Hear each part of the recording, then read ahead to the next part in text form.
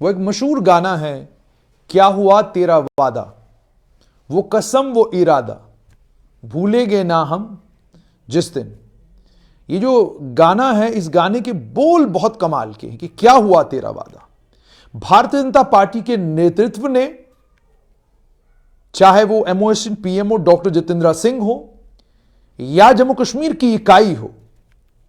सभी ने बड़े दमखम के साथ ये कहा था कि कश्मीरी पंडित समुदाय के वो सरकारी कर्मचारी जो जम्मू संभाग में लंबे समय से आंदोलन कर रहे हैं, उन सरकारी कर्मचारियों को तनख्वाहें दी जानी चाहिए।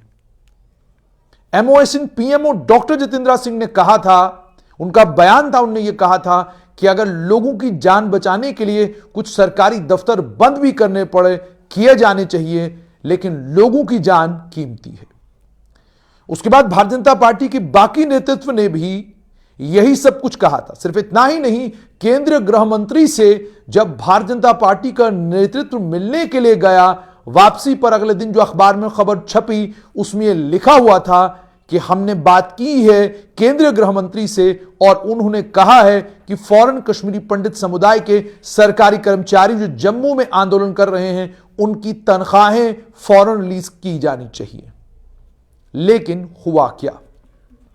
आपको याद होगा, लेफ्टिनेंट गवर्नर मनोज सिन्हा ने सटीक और सीधे शब्दों में कहा था कि जो काम करेगा उसे तनख्वाह मिलेगी, जो काम नहीं करेगा उसे तनख्वाह नहीं मिलेगी। साफ तौर पर उन्होंने कहा था कि घाटी के हालात इतने बेहतर हो चुके हैं कि अब घाटी जाने से किसी को परहेज नहीं करना चाहिए, वापस चले जाना चाहिए। हम पर्याप्त सुरक्षा मुहैया कराएंगे, किसी को नुकसान नहीं पहुंचने देंगे, लेकिन घाटी से किसी भी सरकारी मुलाजिम का पलायन इसलिए हो क्योंकि आतंकवादियों का डर और खौफ है, हम ऐसा कतई नहीं होने देंगे। आपको वापस जाना होगा, जिन जगहों पर आपकी नौकरियां हैं आप ज्वाइन करिए, आपको तनख्वाह मिलेगी। यह बात उन्होंने बड़े सटीक और सीधे शब्दों में कही थी। लेकिन उसके बाद जब भारतीय जनता पार्टी का नेतृत्व और पूरी भारतीय जनता पार्टी की में जितने भी ताकतवर नेता हैं, वो सभी लोग जब एक साथ केंद्रीय गृह मंत्री के से मुलाकात करने के लिए गए, उसके बाद लगा कि शायद अब आइस ब्रेक होगा और इन कर्मचारियों को कोई राहत मिलेगी। लेकिन हुआ क्या? हुआ यह कि एक सरकारी ऑर्डर मेरे पास है। यह ऑर्डर जो है, यह सिविल सेक्रेटरीट से भी एक ऑर्डर है और उसके अलावा लेफ्टिनेंट गवर्नर मनोज सिन्हा के सचिवालय का भी एक ऑर्डर है।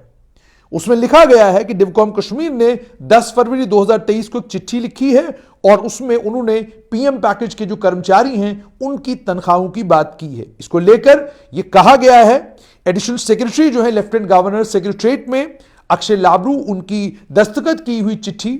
उसमें लिखा गया है कि मैं आपसे ये गुजारिश करता हूं कि तमाम जितने भी एचओडीज हैं उन्हें कहिए कि जितने पीएम पैकेज के कर्मचारी हैं, बाकी माइनॉरिटी एम्प्लॉइज है, ये भी आपको ख्याल रखना है यहां पर कि अल्पसंख्यक समुदाय के सरकारी कर्मचारी वो जो जम्मू संभाग के हैं और कश्मीर घाटी में काम कर रहे हैं, उनके लिए भी है ये। यानी केवल मात्र कश्मीरी पंडितों के लिए नहीं है। जहां एक तरफ बात बार बार की जा रही थी और भारतीय जनता पार्टी के एक और बलशाली नेता ने यह कहा था कि हम सरकार से आपके लिए एक ट्रांसफर पॉलिसी लेकर आएंगे, हम सरकार को मनाएंगे, हम सरकार को कहेंगे कि आप इनके लिए ट्रांसफर पॉलिसी लाइए, हम इस चीज को सुनिश्चित करेंगे। लेकिन कश्मीरी पंडित समुदाय के कर्मचारियों के लिए भी